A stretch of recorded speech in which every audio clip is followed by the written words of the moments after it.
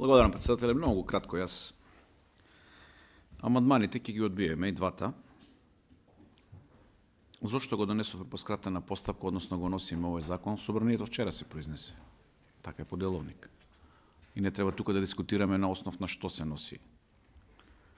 Затоа што имаме 61 глас за тој, за таа скратена постапка. А причините зошто се носи во скратена постапка беа образложени вчера лично од мене на собранието.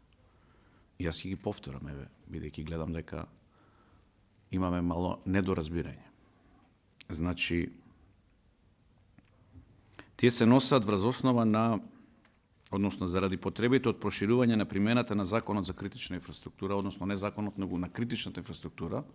Законот така ќе биде донесен.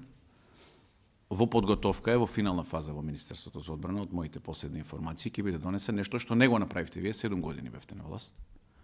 Ние тоа ќе го направиме и се надевам дека ќе добиеме поддршка од вас како опозиција, затоа што тоа е добро за државата. Правиме поедноставување на институционалните процедури и подобрување на критериумите за оценување на економските оператори.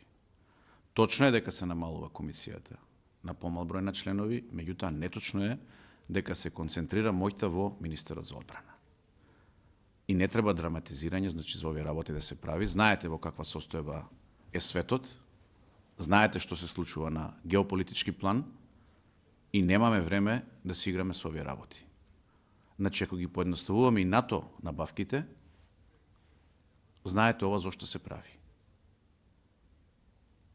И мислам дека тука треба сите да даеме поддршка, а не да се препукуваме за вакви работи. Доколку некој мисли дека ќе има некакви злоупотреби, па има институција оваа држава. Има полиција, има обвинителство. Ако натаму алудирате. Меѓутоа, овие работи треба да се донесат и очекувам дека треба да дадете поддршка. Зошто скратена постапка? Мислам, малку е неодговорно да ни држите лекции за скратената постапка, вие кои што во вашиот мандат секој закон ви беше со европско знаменце. Секој. А ние повеќе закони донесовме со европско знаменце отколку во редовна постапка. Така да не би драматизирало околу таа работа, амандманите ќе ги одбиеме и законот ќе го донесеме. Ви благодарам.